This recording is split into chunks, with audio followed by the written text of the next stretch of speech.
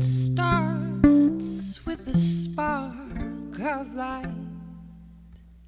Magic markers are writing their stories on minds on the climb, unafraid to behave like a child, like a seed on the verge of revealing the secrets of feeding on the sun,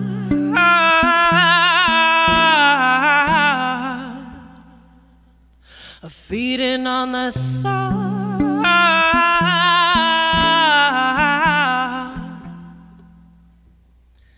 The gardens will guide you, they call out your name with their vibrancy, violin, violets, viable violins breaking the silence, their rioting rising from choirs of words that they sung. Oh, spring has been sprung.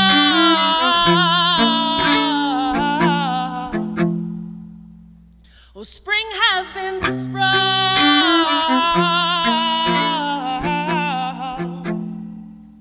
Oh, spring has been sprung.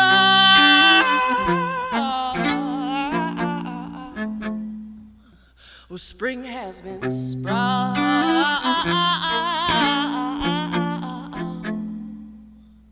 And oh,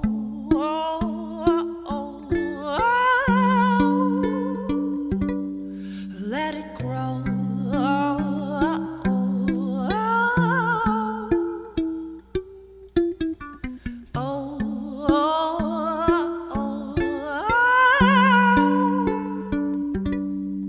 Let it go.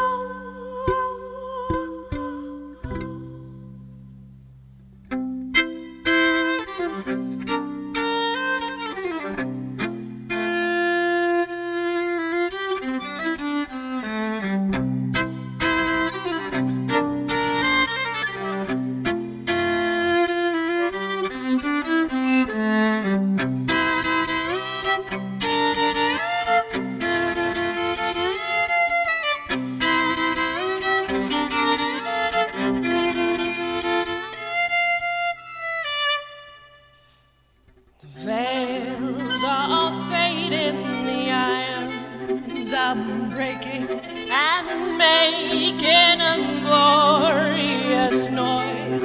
It destroys all the shackles, they shatter our matter enraptured in the knots that are tied up inside us, coming all undone.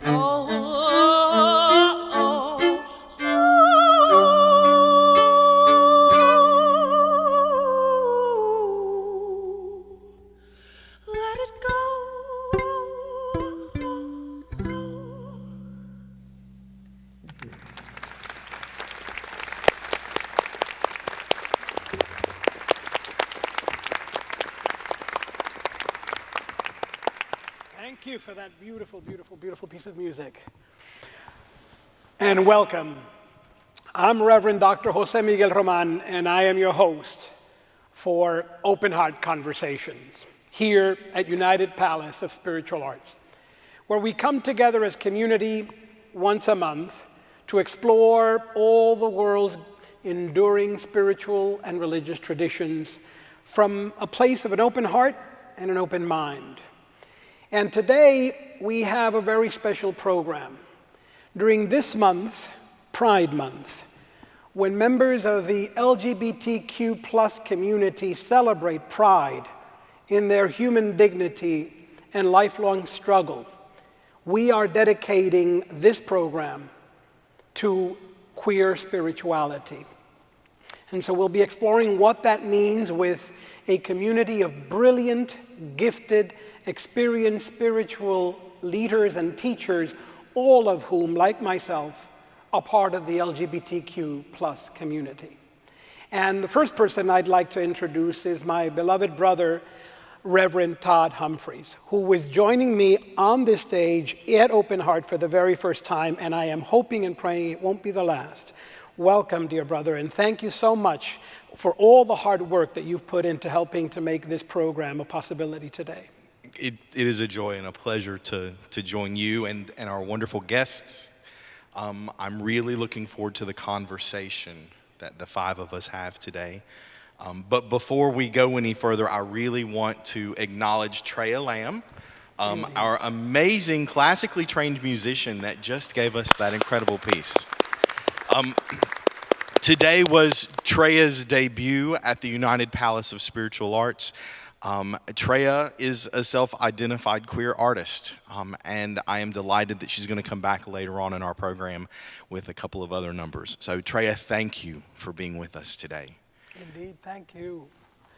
And so I thought that a good way to start is basically, instead of us being the presumptuous ones and introducing each of you, I thought it'd be a really cool thing for you to take a few minutes and introduce yourselves, and also take a few minutes to speak to what queer spirituality means to you. How would you define that topic, which is a topic of discussion today?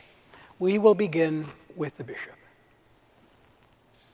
Good afternoon. I'm Bishop Allyson Abrams from Maryland. Thank you so much, Reverend Jose, for having me today.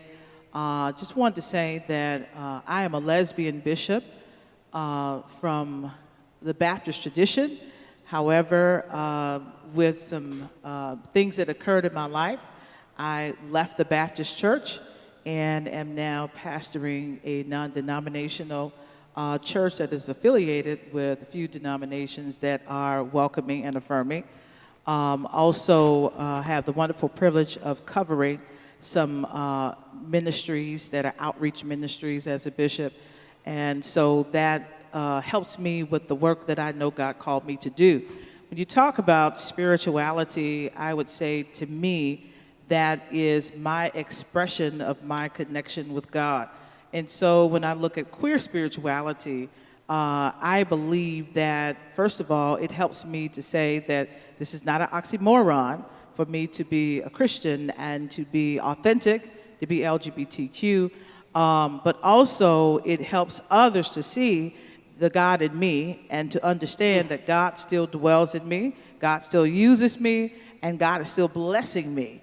And so when you talk about queer spirituality, it's my expression of my connection with God, but also it gives others an opportunity to experience what God is doing with me and through me as well. Thank you. I am Reverend Alex Regan. I am 6 days away from being ordained as an interfaith minister here in New York City. And I'm also a trans man, and that's how I identify. And I guess for me, I'm thinking about queer spirituality and what you said actually beforehand spoke to me.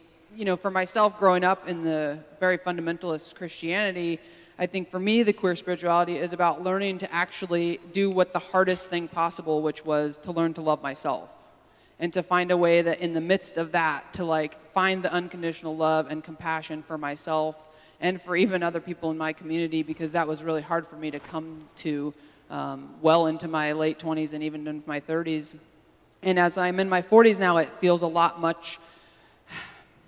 easier to love myself and to love this part of me and to live it as an example out into the world, and how I can blend these parts of me to help welcome other people and kind of even bring other people back to a fold of love and unconditional spirit that may have felt like they were left behind or left aside.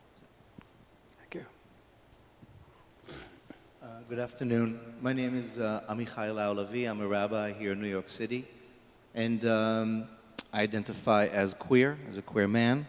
I grew up in Israel in a very Orthodox Jewish setting, and 50 years later, I was born 2 months before Stonewall, but clearly was not involved in the riots. I think that queer spirituality for me means a response to the rigid, patriarchal religion that so many of us come from and are struggling with. Because inherently, for me, queer spirituality means that there is a spectrum, there is a rainbow of possibilities for what does it mean to identify as a human being in divine image. It means that self-love and love of other is unconditional as opposed to conditional. It means that we are not just invited, but loudly encouraged to prioritize love over fear, pride and humility over shame, and somehow integrate body and soul in a holy way of intimacy and love that a lot of the monotheistic and Western religions have grown to be suspicious of. So it's an invitation into capital L love that I think anybody and everybody that we know of, ourselves included, are yearning for. So we're in the middle of a paradigm shift, and the queer contribution to this shift is young, but enormous. Reverend Todd. The word that was really sticking with me even before Rabbi Amichai spoke is the word of intimacy. For me, queer spirituality is really rooted in this intimate desire to know the divine that was really kind of blocked from me from the childhood traditions that I experienced in multiple different Protestant faiths, and to then reclaim that and reclaim that intimacy with knowing the divine, and to reclaim that intimacy to see the divine in everyone I encounter, including some of those faith leaders that were pushing back against the belief that we as queer people were worthy of love. Yeah.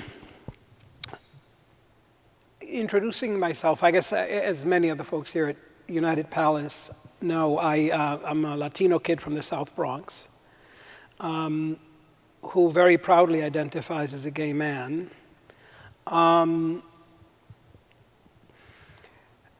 And queer spirituality to me, I think, spirituality to me is about taking seriously my inner life. Particularly those parts of me that seek connection and purpose and meaning, and even this strange thing called transcendence. Taking that very, very seriously, and taking it seriously in other men and women. Queer spirituality is realizing that inner life in me, as in my brothers and sisters in the community, is informed by my sexuality. It's informed by the struggle for self-love, the struggle for personal dignity, the struggle for self-understanding. I remember being a 10-year-old kid who had a massive crush on a guy called Stephen in my class, and not having the language to even understand what was happening, simply knowing that it was different and therefore something that was very secret that I could share with no one. That's where the struggle begins. And so part of queer spirituality is knowing that that kind of struggle and self-understanding informs my spirituality and informs my inner life. It informs who I am. And the second part of queer spirituality is my deep belief that those of us who are gay and lesbian, bisexual, transgender, queer, are in fact prophets in the spiritual world. We have a prophetic role to play. We are inviting the world to realize that this, our bodies, our flesh, is holy and sacred. This is not something to be discarded and demeaned and devalued. It is something to be embraced and celebrated and loved and adored. That this is a temple of God. And it is true of me and you and every single person here. And that invitation of the union of, if you will, the body and the spirit, I think is inherent in the queer spiritual experience. And it's part of our gift, potentially, to the rest of the world. So, one of the things that Todd and I, when we were thinking about this discussion, wanted to do is this open heart conversations is usually a very much I ask questions and people answer. This is a dialogue.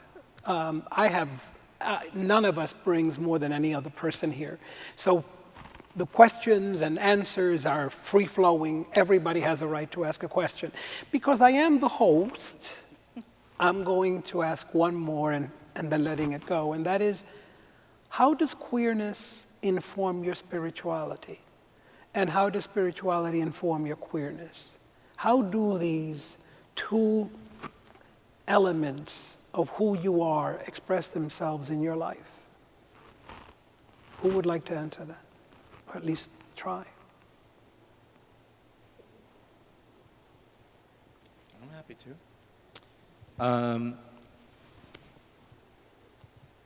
So many ways. In my late 20s, got involved in education and theater as a way to think about ritual and step away from the religious tradition I grew up with and the rabbinic family I come from to do spirit in another way, in a queer way, in an artsy way, in an irreverent way, in a challenge and question reality way.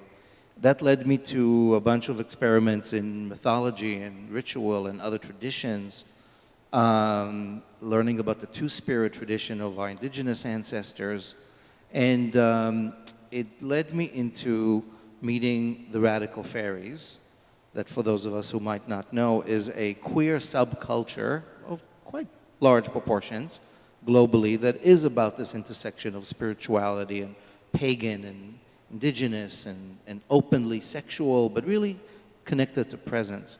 And through my exposure and time with the fairies, I developed a drag persona who became quite popular and quickly became my career. Hadassah is a widow of 6 rabbis, a Holocaust survivor, and a spiritual teacher. And for about 6 years in the early 2000s, had successful gigs all over the world and became quite prominent. And what happened was when I would become Hadassah, and the wig would go on and the heels would go on, I'm loving your heels, and she would love them too. Something happened on stage. It wasn't exactly me. And for the audience who were at a drag show where they were invited to light the Sabbath candles or talk about Kabbalah or the Spirit, people weren't, is this for real or is this a joke? Are you a man or a woman? Is this sacred or profane? And it wasn't either or. It was both. Right. So for everybody present, it was an irreverent, reverent experience. And for me, it gradually became a way to be me, to not be afraid and ashamed of being gay, to be simultaneously everything, and to be unabashedly spiritual on stage. So this... And then after a few years of doing it, I kind of realized I don't need Hadassah anymore. She was the scaffolding, the mask, the sacred gesture that allowed me to be me and say, by the time I turned 40, I can do this not in heels. I can do, though I do miss the heels. I can do this as me. And so my spiritual queer interweaving was about the permission to become other and finding me, to allow people to walk this talk between what is sacred and profane and sexy and holy and body and soul, and in that in between find divinity, find the sacred, find ourselves, find a conversation. So I am who I am because of those experiments. Experiments in drag. In drag, in two-spirit, in Excellent. non-binary, in blurring. You know, my mother, who's English, when she says queer, she means strange. Yeah. So it was about being a little strange, non-traditional, if you would like, off the cuff. I'm so glad that you said that, Rabbi, because that's kind of where I was going. I guess when you talk about queer informing my spirituality, it has allowed me to break out of the box, per se. It has allowed me to forget some of the norms and standards that people put on us because of tradition and because of ritualism. I tell people a lot of times church is not about Bible, it's about ritual and tradition. Yes. And so, it helped me to break some of those things, but also it helped me to explore some other sides of myself that I was too reserved to explore in the traditional church. And so with that, I've been able to do some out-of-the-box things in church and do some out-of-the-box things in my own personal life with my wife. Sometimes, I never would have worn a bow tie or tie and a tuxedo in the traditional sense because, then I was pastoring a traditional Baptist church. But now over here in my church, Empowerment Liberation Cathedral, the church that I started for queer people or LGBTQ people who are allowed to express themselves in any way they decide to, as the bishop, I can express myself as the same. And so I've tried different things, tried different looks that I never would have tried before. And so I find that I am enjoying that freedom. It's given me a liberation that I did not have the opportunity to enjoy before. However, when you talk about my spirituality informing my queerness, I still feel convicted to have some type of ritual when you talk about doing my own personal Bible study, when I talk about doing my own worship in the mornings, having my own praise time, and making sure I'm in some type of worship space each week. And so I feel that I still have to do that, whether gay, straight, non-binary, whether I'm not conforming. I still feel I have to do that because of my love and passion for my Creator. However, I do feel that I can break out of the box and be somebody different. I don't have to conform to anybody, because I have the liberation of the queer informing the spirituality. It's really interesting because there's a theme between what you and the rabbi have said, which is that to some extent the queer experience has been about three things. One of them is this willingness to explore, this willingness to experiment, right? The second is a willingness to explore and experiment around issues, if you will, of gender and identity and sexuality, and the third is a kind of playfulness. I think when you speak of the profane and it is a kind of playfulness that at times can shock and scandalize people. How dare they do this, and all of that sort of weaves into this queer spiritual experience. Is that correct? Absolutely. You would agree? Absolutely. You've had some of that in your own life, Reverend Todd, right? I have. Rabbi Amichai's bringing up the radical fairies resonates with me tremendously. The earliest part of my spiritual journey, coming out of claiming agnostic and sometimes atheism as my belief system, I found myself involved with a group called Gay Spirit Visions. We called ourselves fairies with jobs. If you don't know the radical fairy movement, I encourage everyone to learn about Harry Hay, because he was a pioneer in queer spirituality. But Gay Spirit Visions does conferences, and I was a part of their council for several years. And they do conferences 3 times a year. And in addition to this piece of self-love that I had to work on, I also learned how to be in community with a group of other gay men in a very different kind of setting. The bar setting and the cruising mentality, to actually being in a place where we really looked and experienced one another as sacred, was wonderful. And there was a playfulness about it, a playfulness where we invited people to experience drag, whatever drag meant to them. With the understanding, and one of my favorite people, I think it was Cherry Penetrata, who said something like, we are born naked and everything else is drag. And we played with how we dressed and how we interacted, and there is something wonderful about grabbing a wig and going to lunch. Yeah. The bishop agrees with you. You have a bishop agreeing with you, brother. And so life really is part of this spiritual journey is learning how to play, learning how to laugh, and learning how to love ourselves in that playtime. I'll just say I think my queerness set me free in a way from the shackles that my childhood had kind of placed on me. Growing up in the Christian church that I did, like, I was sort of taught, I'm a sinner, I'm bad, like I'm going straight to hell in a handbasket. And so when I left that, my queerness pushed me away from that. My queerness said, no, this is who I am, so that can't be who I am. And so as I left that, I was distraught. My 20s were just depression and anxiety, and what do you do without God? Like, how do you fill that hole? You don't.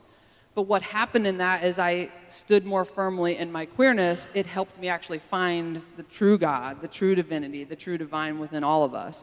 And then, like, as I came to that space, it was like I began doing my shamanic work. I began doing, like you were saying, all kinds of different interfaith things and Wiccan things and all of these things that were like, oh, I can be all these things. And I always used to joke with my friends, anything my mom thought would be like from the devil, I loved it. Like tarot cards, astrology, and it just hit home for me. It was like I came home.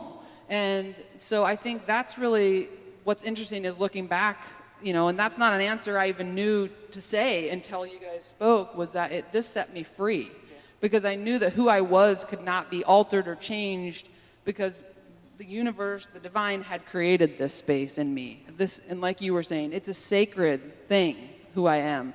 And now I think it informs me by holding that space. I have a very unique opportunity to hold the divine feminine and the divine masculine in ways that most people don't have experience with. I knew what it was like to be raised as a girl and to be told this is what you are, and I saw that oppression that happened for women and how they are held back and held down.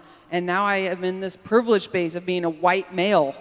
And so I see a whole new world, and I can say things that women can't say to their friends that are guys. I can call people out and say, whoa, that doesn't work anymore. And so I stepped into this whole new place, and that's all informing, my spirituality as well. And that's what led me to seminary. And, I love the irreverency. My business card is going to say irreverent Reverend Regan or Alex Regan, because I love it. There is an irreverency to it, and that's okay too. That can be sacred. It doesn't have to be serious all the time. It doesn't have to be just only this one way. We can have fun and be light and be free in all of it as well. We don't have to be chained to it. So it's sort of funny, because maybe it is that part of the gift that we have as queer men, women, and persons of faith, that we are expanding the circle of the sacred. That we're saying, wait, even our irreverency, right? All of a sudden expands the circle of what is sacred. Here at United Palace, we talk about everything being sacred. It can be desecrated too, but it is sacred. There is nothing unholy, if you will. Can we speak to that? Well, think about this moment, okay? It's 2019. A bunch of us are sitting here on stage. This was probably not possible a decade ago, certainly not 5 decades ago, certainly not whatever ancestry we bring, ethnically, religiously, politically. But here we are, and America is celebrating, or the world is celebrating Stonewall 50.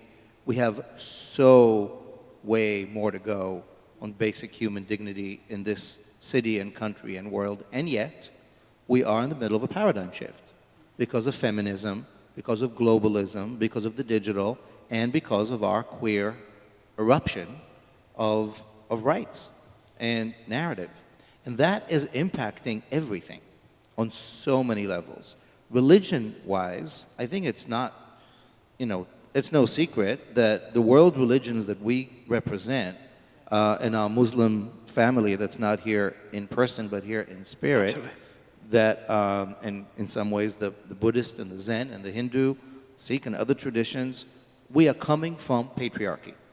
We are coming from several thousand years of God is a male and the leaders are male, and sexuality is a problem to be dealt with, and the body is a vehicle for the spirit. I'll speak as a Jew. That's how I grew up. Mm-hmm. And so we're living in a moment where we're saying, well, what if not? What if it is both and? What if we can't expand the sense of the sensual and the sacred? What if the body can and should and is holy? And yeah, we mess up. The eros is a powerful force we need to learn how to work with. Mm-hmm. And so the queer pain and being rejected and being shamed and being silenced, HIV and AIDS and the homophobia and transphobia and hatred all over, we got many scars. But out of those scars, some of us and more of us are making a new tissue, a new embodied tissue of presence. So there's no question in my mind that the privilege of living in this paradigm shift, and for us being as out as we are and as outstanding as we are, is because A, we don't have a choice, because otherwise it's the closet, or the cupboard, as my mother likes to call it, in her Britishness. When I came out, she's like, my son is now out of the cupboard. I'm like,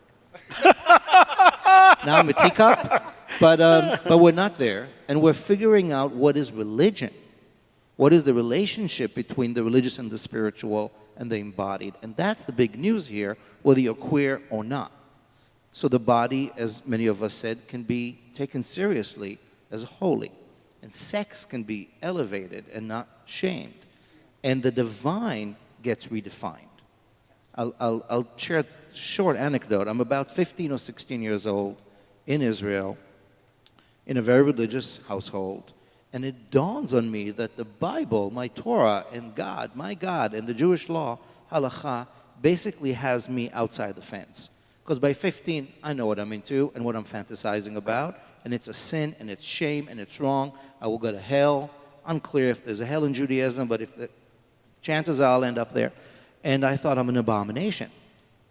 But it doesn't feel like an abomination. So I had a major crisis. God and Torah and law and family are right and I'm wrong. And a voice inside of me, a blessed voice said, you're right, they're wrong. Which led to a huge split from family and tradition and God and religion and everything for quite a while before I found my ways through grace and spirit and fairies and in between to say, no, my job is to talk back to the text. My job is to reinterpret the Bible. My job is to say that Jewish law evolves because humanity evolves. And the Bronze Age, when the Bible was written, is not going to dictate the 21st century. Amen. It can have a vote, but not a veto, right, as an important Jewish rabbi said. So let's reinvent and reimagine and reclaim the spiritual space and the place where we come together. And that, for me, is because of queerness. Right. And I think that is what is happening for so many of us in the world right now. And it's helping us redefine the very religious arena. And that's the resistance, by the way, that we're getting from so many of our comrades and leaders who are like, oh, no, because they see how big it is, how big the paradigm shift is. And if we can change sexuality and sex and gender and all those things, then we can change religion. And that's what's so scary, is if that could evolve and it wasn't any longer just a church or just a building or just a place, not that it ever really was, but if it wasn't that anymore, that it became who we are, and wherever we gathered, that was where Spirit was. And that could change the entire world and would change the whole world. And I think there's a fear in that. Absolutely. It's sort of one of the things that we talked about. This is right now being seen by a few people here at United Palace.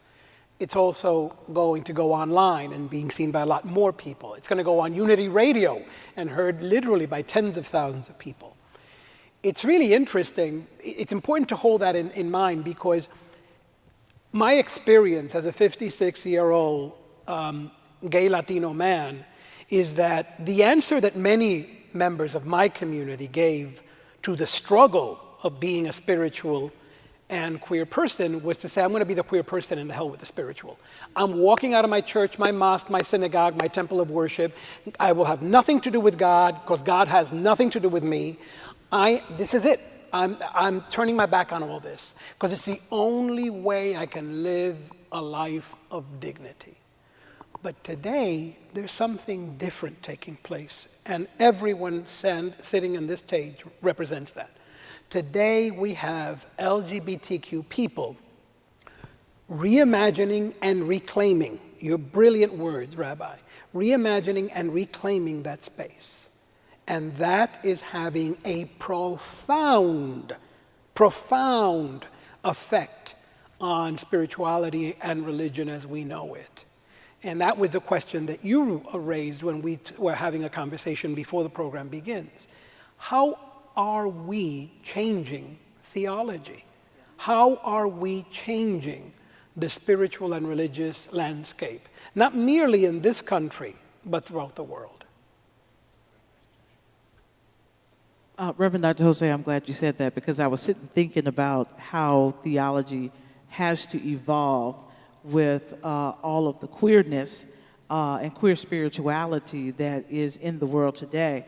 When I think about Reverend Dr. James Cone and the Black liberation theology, people thought that was heresy, people thought that he was crazy, thought this was too much.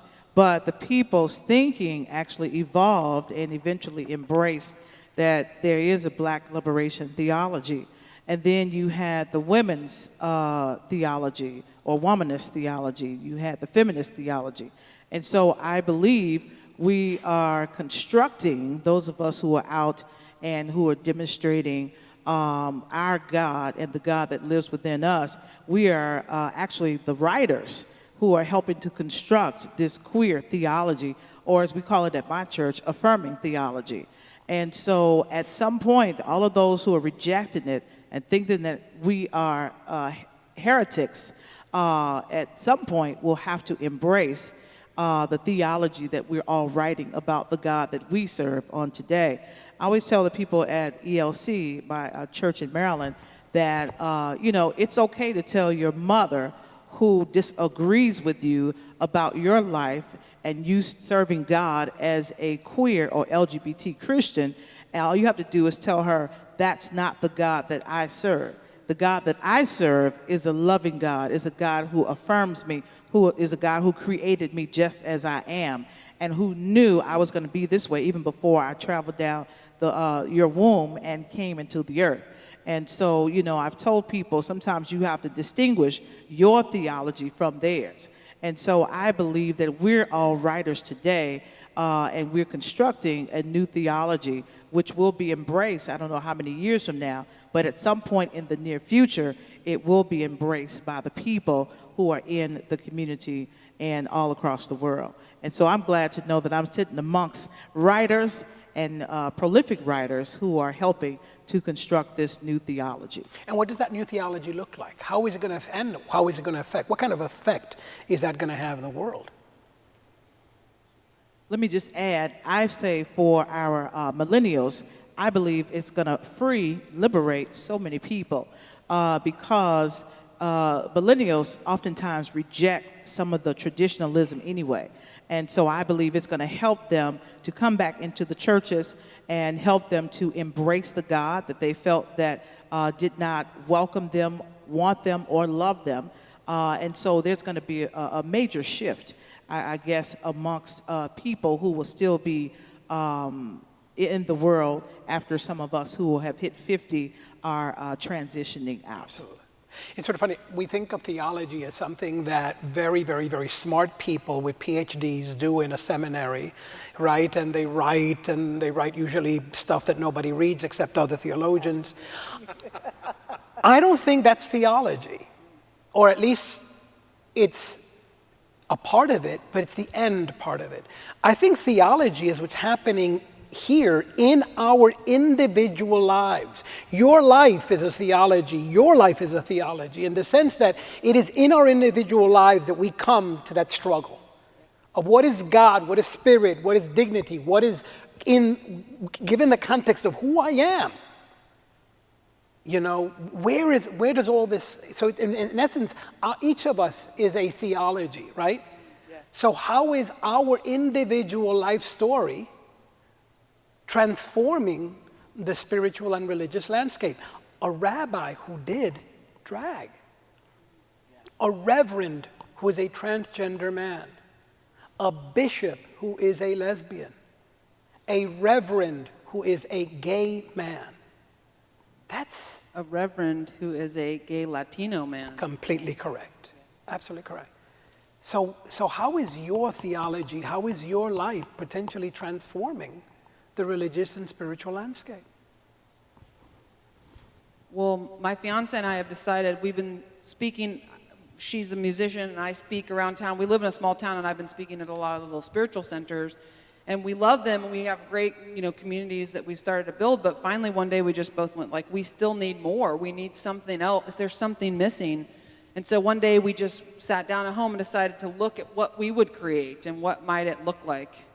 And the word that came to us was unchurched. Because it's not church anymore. It's unchurched. It's like we're almost dismantling what it's been and creating something new in its place.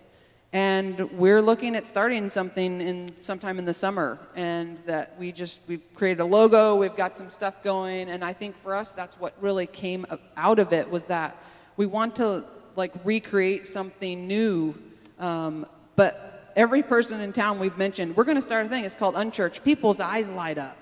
Like, ooh, what? I don't know what that is, but I want to come to that. I haven't been to church in years, but I want to come to that. And I think that was kind of my thinking, we want to bring people back. For me, for the trans community, I've tried to get involved. There's a good-sized campus of a university in the town I live in, at least 25,000 students, and I've tried to get involved with their trans and LGBT communities, and they don't want spirituality. I'm friends with one of the kids. I said, I'd love to come. I will gladly come talk, but I'm a reverend. I want to talk about spirituality. It's like my life. It's the core of who I am. And they're like, no. We can't go there. We're not ready to go there. I spoke here at United Palace last summer, and a friend of mine was like, I haven't set foot in the church in years, but I've come to see you speak.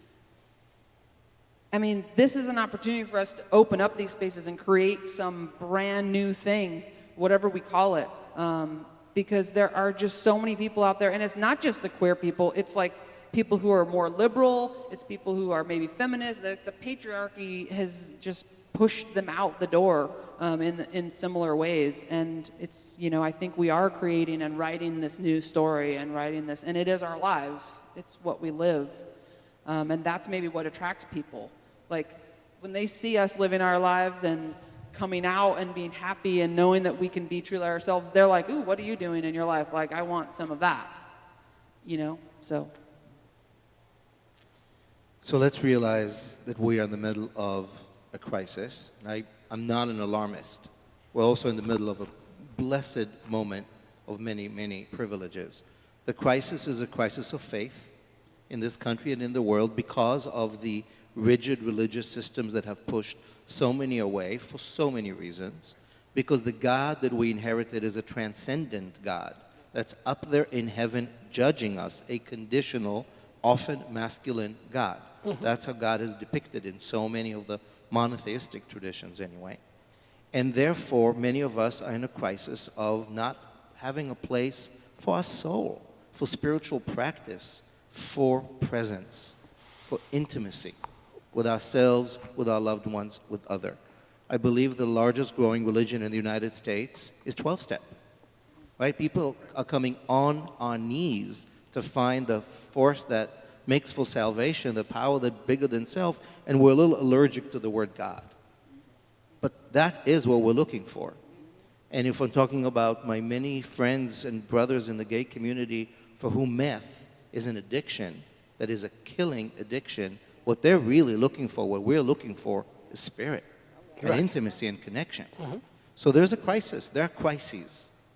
And so the question is, how can this help? How can theology not be some, treatise, but a daily affirmation of, I'm worthy, I'm sacred, I have a language, I have a vocabulary, a community, a bunch of scaffolding to help me when my heart breaks and when shift happens. And so so that's what we're reinventing, I think. My congregation in New York City is called Lab Shul, and we started a few years ago. It's an experimental, everybody-friendly, artist-driven, God-optional community. And we call it God-optional because people are terrified of the word God. So we're saying, believe whatever you want. It's a metaphor. Let's play. And that permission, which is very much like Unchurched, is whimsical but profound because people are allowed to experiment with an immanent sense of the divine in our body, not out there, and to slowly rebuild the safety net of a spiritual vocabulary that is resonant and helpful for our complicated lives. And so we're rebuilding not only what is religious vocabulary, but what is the divine. And I think the divine we grew up with is no longer that which we feel. We've all said it, right? I probably need more than water to go down the conversation of when I close my eyes, who am I talking to? But it's not a white guy with a beard, no matter how sexy I think that is. That's not my sense of divinity. And I think for many of us, we're like, oh my God, it's different. It's non-gendered. And we're not inventing this. We are reclaiming this. As somebody grew up in Judaism, I'm going back in the archaeology of rereading the Bible and pre-Bible and seeing that the religion we inherited had already erotic, same-sex, queer, non-binary metaphors for humanity and divinity that have been repressed and covered up by generations of scholars and rabbis and ministers and popes and imams and people afraid of the body. So we're not reinventing. We're reclaiming and rebranding, and that's exciting. I think that in this reclaiming and in looking at the people that are attracted to Unchurched, to God optional, that part of this theology that we're reclaiming and rewriting is looking at healing. I think that's one of the big things that we all share as queer people, is that we had to heal. And I think that's what is still even pushing people away from church, from God,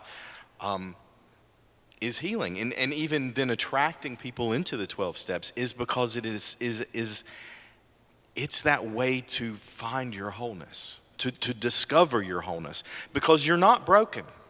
Mm-hmm. You are already whole, and it is a framework that helps you reclaim that and rediscover what is already there. And that's the kind of reclaim that we're building that is so important. But heal is a very scary 4-letter word. Absolutely. Why do you Absolutely. say that? I mean, I think a lot of people are I think it's interesting, 12-step is the largest growing religion in a way, because I think a lot of people are terrified to do the work. They're scared to go into it. They're scared. I mean, everything we do in society is like, get it back on your phones, watch Netflix, like go out and drink with your friends, like we numb, distract, whatever we can do. We're afraid to stop and look. People are like, I can't meditate because I can't get my brain to stop. It's because you're afraid of what's going to be inside of there when you stop, when you do actually stop. And I think it's interesting, too, you said, like all the, people, we're all looking for God. We're all looking for connection. The irony I find is that all of the spiritual groups where the hatred kind of does exist, they're against LGBT people or racism or any of that stuff, like they claim to have found God, but they're also seeking God. They also have not found the God. They don't know, like they think they know what it is, but they're also missing it. And I think that's why they lash out in those ways, because they're also missing that void inside of themselves, and they're looking for someone to blame for not feeling like they have connection. And maybe the difference that we're in is that we had to do the internal work. We had to go inside and heal. We had to fix ourselves. Nobody else was waiting to pick us up off the curb when someone knocked us down. So we had to do the work. So we have, and we're scary then, because we have pushed the edge. We have pushed the boundaries. And I think that pressures other people to maybe say, oh, I got to up my game a little. Maybe turn Netflix off and meditate or pray or find Unchurched, or, what this is in a new way, what my religion or spirituality can be if it's not the old thing. One of the things that helped me was I had to come to, I think what Oprah Winfrey likes to call an aha moment. Right. So when I was in my doctoral program, one of the professors, my faculty advisor, Dr. Dwight Hopkins at University of Chicago, said to me, I was one who grew up in traditional Baptist church, and I quoted and parroted all that the pastors and people in the church and community had taught me. So he challenged me, and he had already gotten a revelation, and he totally had a different belief from what the Baptist church or traditional Protestant churches teaches oftentimes. And so when he challenged me, out of respect for him, I had to go back and review those things that he had said that were different from what I had always been taught. And it wasn't until I began to think about those things that I came to an aha moment and was thus able to evolve and get a different understanding and come to that level of healing and begin to do my own work. And then at that point, I was able to bring others to the same aha moment and then help them to be able to do their own work and get liberated. That was one of the reasons I felt I had to name my church Empowerment Liberation, because I wanted to liberate people who had the same thinking and had the same teachings. I always call it the miseducation of the Christian. They had the same teachings that I had. And so I think in order for us to be able to bring people to that space, I love that Unchurched, in order to unchurch them or deprogram them, we have to help them to arrive at that aha moment. And then at that point, they'll be open to hearing the other things that can help them to liberate, and then be free to, if they choose to do drag, be free if they choose to walk in their authenticity and transition as a transgender male or female, or put on the bow tie and tie or tuxedo jacket or whatever it is that they need to do to be who they are fully. And so I believe that we have to help them to come to that aha moment, and then to be able to do the work and to experience the healing, and then they'll be able to express themselves in their true authenticity. It's sort of interesting because this conversation is reminding me of a conversation I had when I was in seminary. And there was someone who ironically was a straight woman speaking of this opening up, if you will, the concept of God. And she's speaking to another woman who was speaking of a God, her God, and she literally said, "My God lives in heaven, and he judges me and all of us." And she proceeded to say, and to back it up biblically, I might add.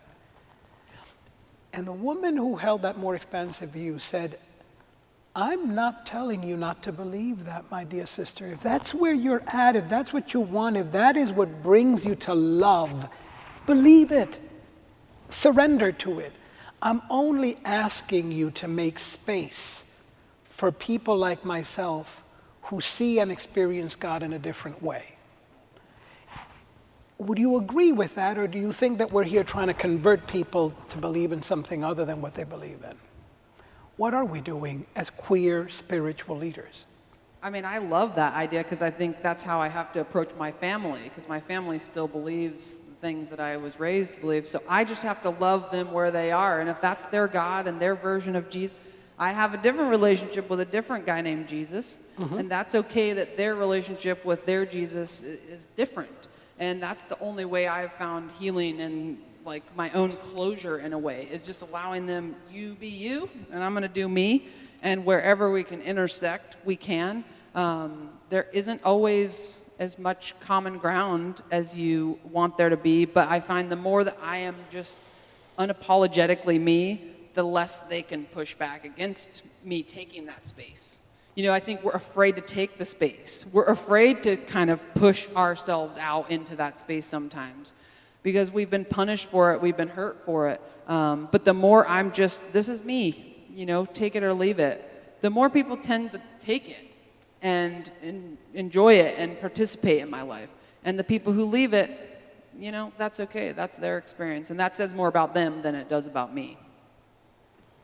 Are we trying to convert them, Rabbi, or are we? No, I mean, I'm not a big fan of conversion, not when it comes to conversion therapy that we know does not work, or to, you know, in the Jewish faith, converting others for Jews was never a popular strategy, mostly for political reasons. But no, live and let live in the deepest way, but respect and let respect.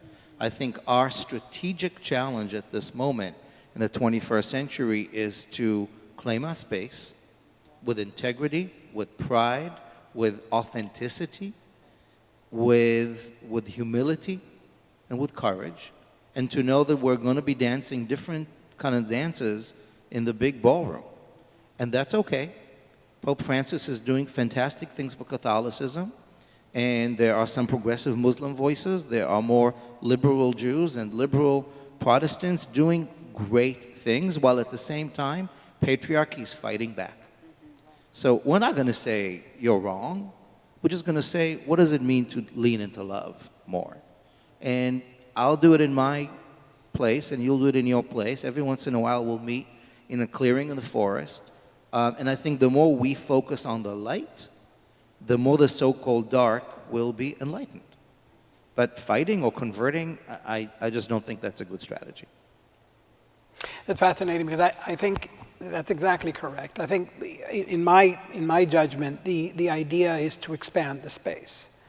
I'm not interested in converting or changing anyone. I'm interested in creating a space where I can live the truth of my perspective and values and my being. And it's sort of interesting. I'm reminded of the Christian scriptures where in the original Christian church, what really turned on people was their love, right? Yes. People looked into the Christian community and said, look how these people love each other. Wow, I want to know more about that. Yes. And can we as queer spiritual people, as queer spiritual leaders, as allies and family and friends of our community, how can we create a space that is so loving and so powerful that it is transformative? You know, and it's reclaiming that space.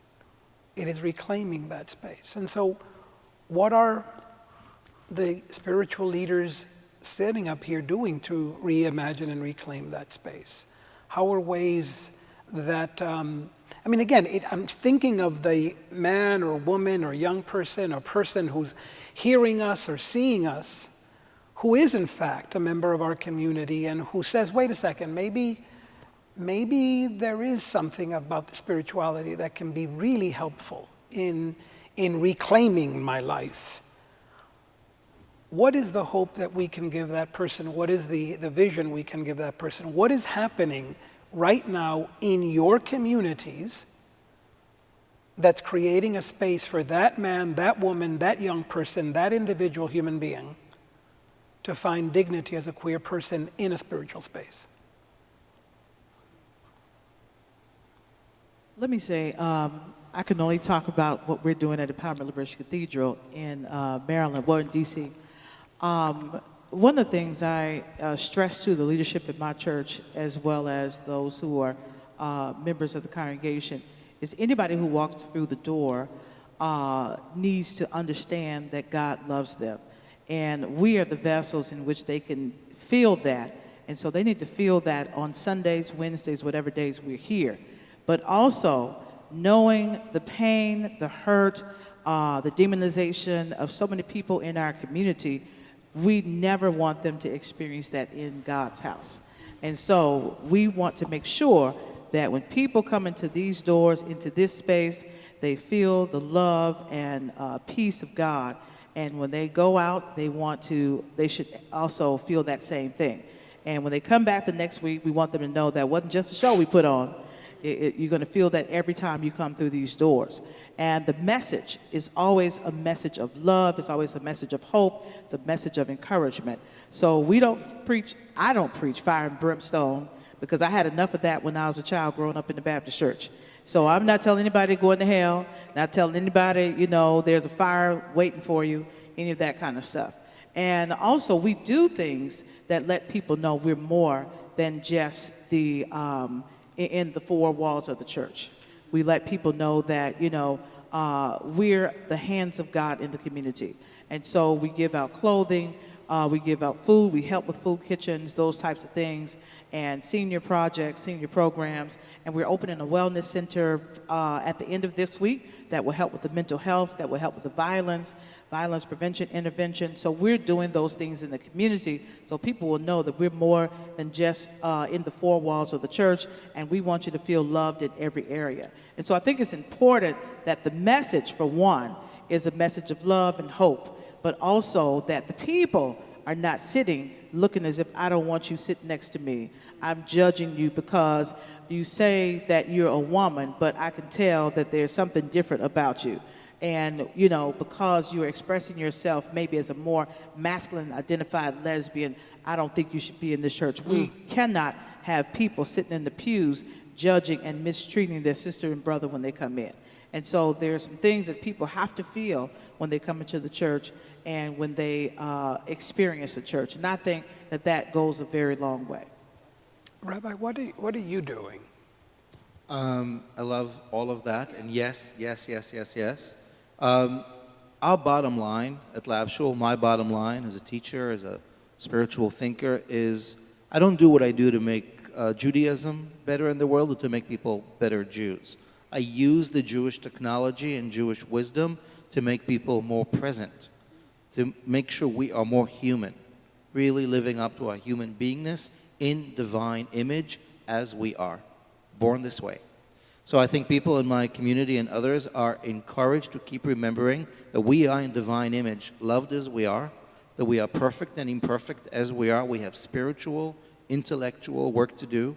We are here to fix the world, and we won't do it until we fix ourselves lovingly and patiently. And the bottom line is be a human being, be a partner in co-creation. And when people feel that, regardless of who they are and where we come from, it's a reminder. It's a rejoiner. Right. And it's about both and. It's always about both and. People always laugh at me. That's my little thing. If I'd ever get a tattoo, that's probably what it's going to say, except I can't decide which one. But it's about both and. And so everybody is welcome to really lean into this. It's fascinating because as I hear you and the bishop speak, what hits me is there are going to be people listening to this who are saying, oh, that's easy. It's easy. She lives in Maryland. He lives in New York. I don't. Which is why I want to ask you, Reverend Alex, you live in Arizona. Now, I'm not suggesting that's another planet. Maybe to some New Yorkers, but that's their prejudice. Essentially, it is the sun. Right? Here, speak to how someone who may not live in one of these great major urban cosmopolitan cities might still be able to connect as a queer person with spiritual space. I think one of the big things is the internet. And I think that's something, you guys here at United Palace have amazing technology that you put to use and people can watch from anywhere. But that's one thing that I actually have built into, for my end of school program, I had to build a manual. And one of the things I said that I wanted to create was, I want to create an international maybe, but national directory of surrogate parents. And what I mean by that is this. I'm about to graduate from seminary in 5 days, and I'm getting married in 2 weeks from today, and my parents will be nowhere to be found. And how many queer kids go and graduate from college or have an important thing that happens in their life or get married and there are no parents. And I want to create a directory that is all volunteer parents all over the country, that your name's on the list. And so, hey, I live in Texas and I need a parent for this wedding that I'm I'm going to a wedding, I'm going to get married, I need a parent. And they go on and they drop down the list, they find Texas, they find their city, and there's a parent on there that they connect with, and that parent comes and sits with them and holds the space with them. Because we all need that. Just like we look for God, we look for connection. That's what our parents represent to us in so many ways. And so that's one thing I want to start building and create. And I also think just finding a way to put church online. I mean, like you guys have done here, finding a way to like put up a TV, put up monitors anywhere, whatever you need to do to get people to feel like they can join in, even if they're not there, because there are kids that live in the middle of Kansas somewhere that can't get to Kansas City, or they can't, and if they could, there might not be a place that they could go to. But there is so much technology now. Everyone has a computer in their pocket. And why don't we put that to good use instead of just trolling around on Twitter and Facebook and whatever else, seeing who shot somebody else or what other poor trans woman of color is killed. That's terrible, horrible, and we got to talk about that, but we also need to bring the hope, bring the love, bring the connection, because that's ultimately what people are seeking out. They want to be connected, and they want to find love and acceptance, and we can do that through the technology that we have. Which is why Kanye is killing it on Instagram with Sunday service, by the way, in case you all have not seen that. No. Kanye on Instagram doing the gospel. Wow. I've seen it all. You gotta see it. Reverend Dr. Jose, I wanted to add, at my church, we are in 2 locations, D.C. and Maryland. One of the things when I first started the church, Spirit gave me was that there are going to be people who are in remote locations that cannot get to an affirming church. And so what do you do with those people? And what I did to reach those, we live stream all of our services. We even live stream what is used to be called Bible study. We changed that to Word Wednesday because we didn't want such a traditional name. But I decided that we would have virtual members. So people anywhere in the world could be a member of the church, watch the live stream, and if ever they're in the D.C. area, they could visit. We would all welcome them, and they would feel as if this was their home. We've had numerous people from around the country to just say, I want to just physically be in the sanctuary, and they've come and visited from across the country. But I knew that there had to be something for people who are in these places where they are not open to having affirming churches or affirming spaces. And so with that, you have to give those young people something. And like you said, they do have a computer.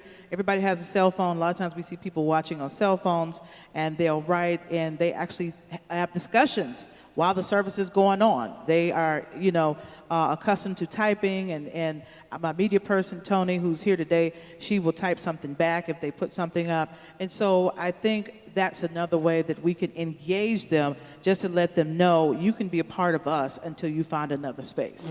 And so that's what we do. We call those virtual members. Excellent. Now, Reverend Todd, you're extraordinary because not only are you a living example of a gay man in ministry who is self-affirming, but you are also part of United Palace of Spiritual Arts, which is doing a lot of the stuff that we've talked about here. So can you speak a little bit to that? We are doing a lot of what we've mentioned.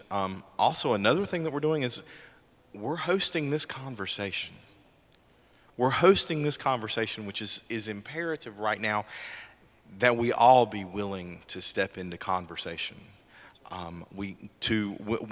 For those people that are living in areas where they cannot find that open and affirming congregation, it might be because someone hasn't been willing to have the conversation. And if it's safe to do so, I invite you to have that conversation.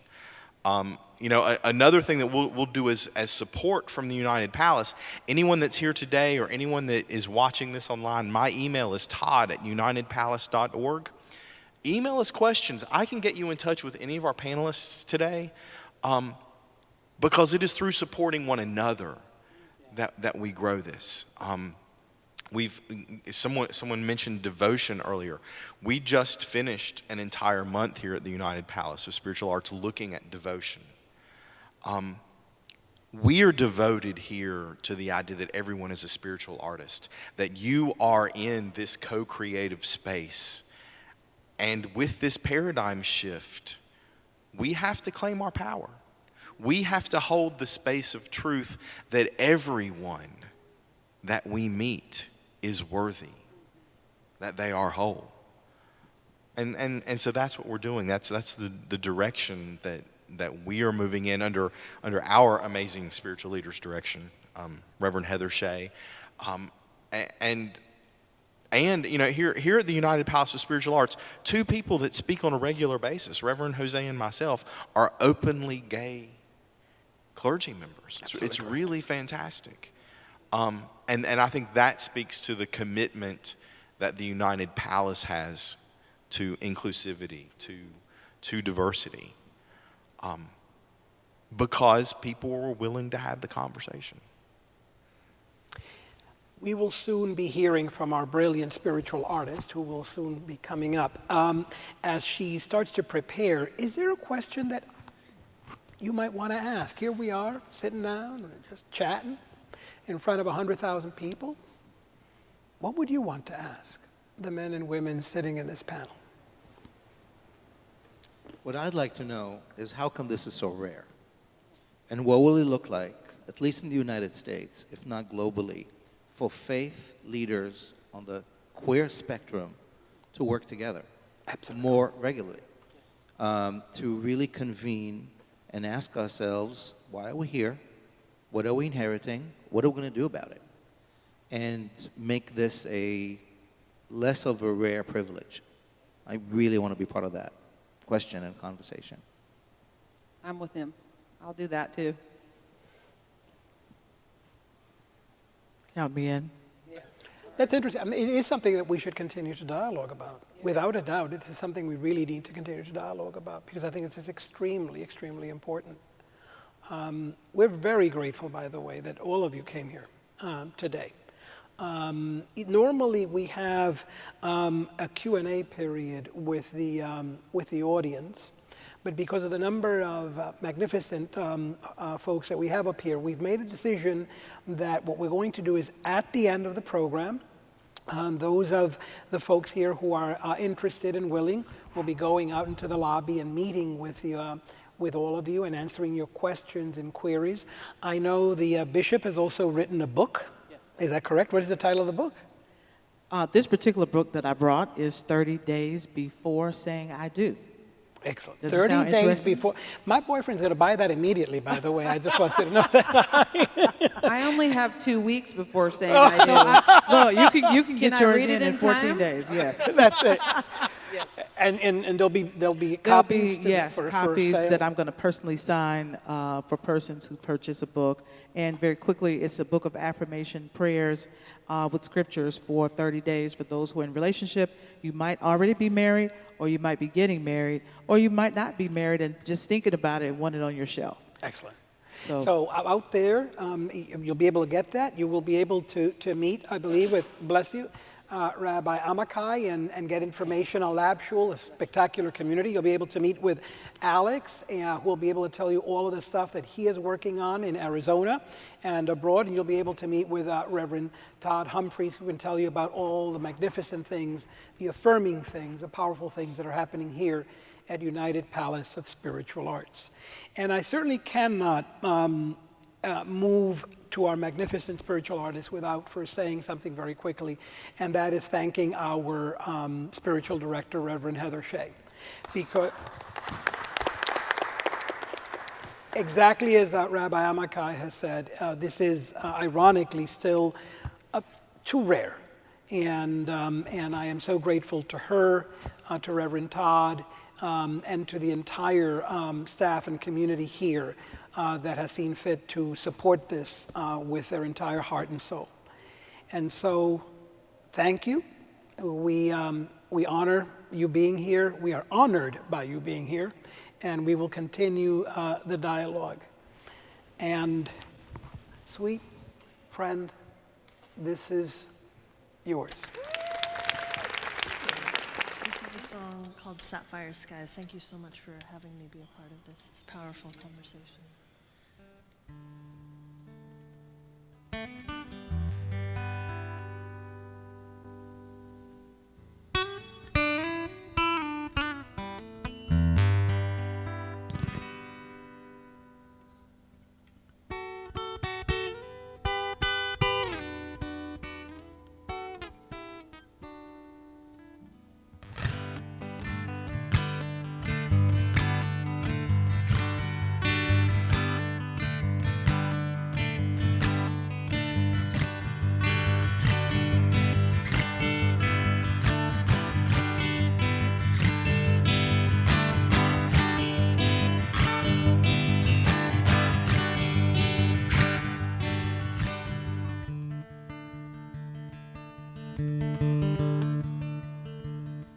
Remember that day when you realize that there is more to life than what you know.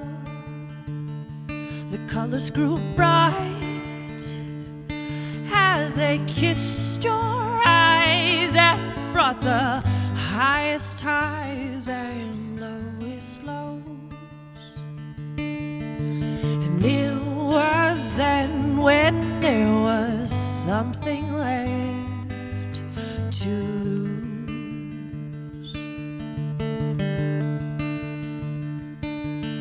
But some days the only hues that come are blue.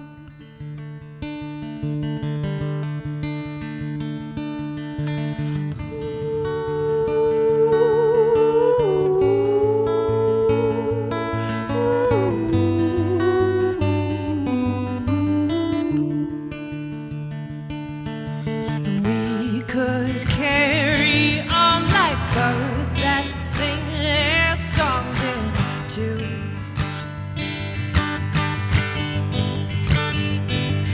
The night, sapphire skies, ring the morning in, ideas form within our blooming minds. And oh, what a sight to see the daffodils break through the winter's chill and melt the ice. So occupy the streets and let them hear your voice.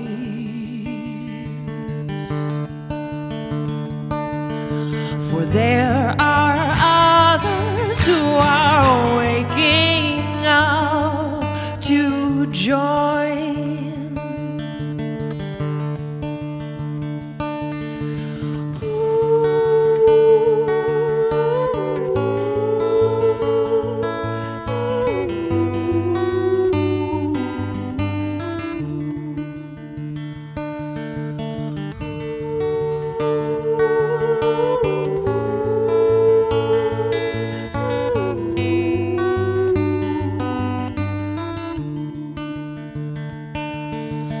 We will be heard like a flock of birds that fly, and we will be heard like a flock of birds that fly, and we will be heard like a flock of birds that fly, and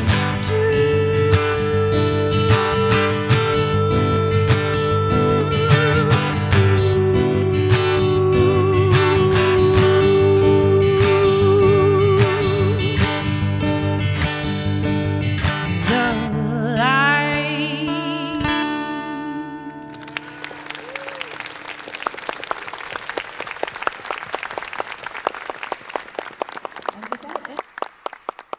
All of these songs are from a record called Good News.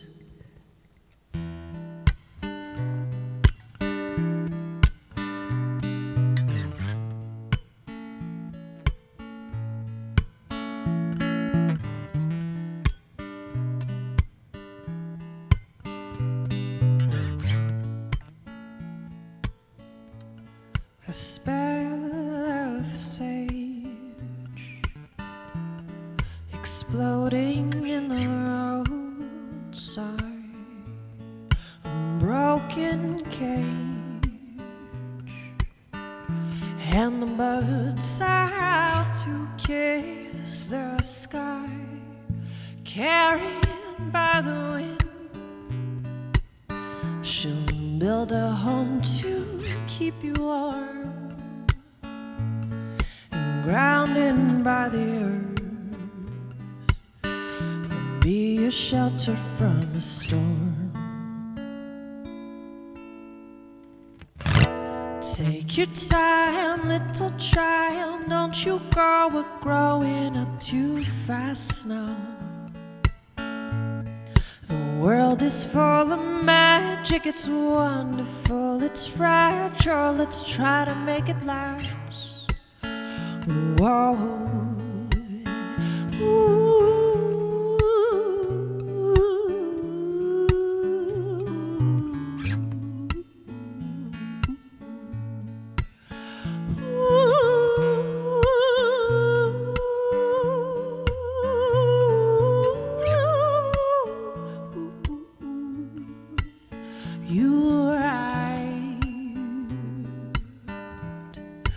Vibrance over violent waters, had the tides, rejoicing over their new daughter. Take your time, little child, don't you go, we're growing up too fast now. The world is full of magic, it's wonderful, it's fragile, let's try to make it last. Whoa, take your time, little child, don't you go, we're growing up too fast now. The world is full of magic, it's wonderful, it's fragile, let's try to make it last. Oh, let's try to make it last. Let's try to make it last. Let's try to make it last. Let's try to make it last.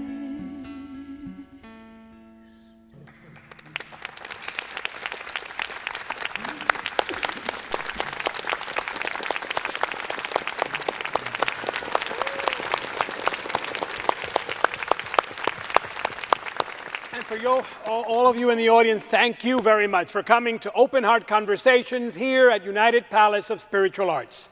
Have a wonderful, wonderful afternoon. And remember, next month, the last Sunday of the month, we'll be coming together once again to host the next Open Heart Conversations. Take care.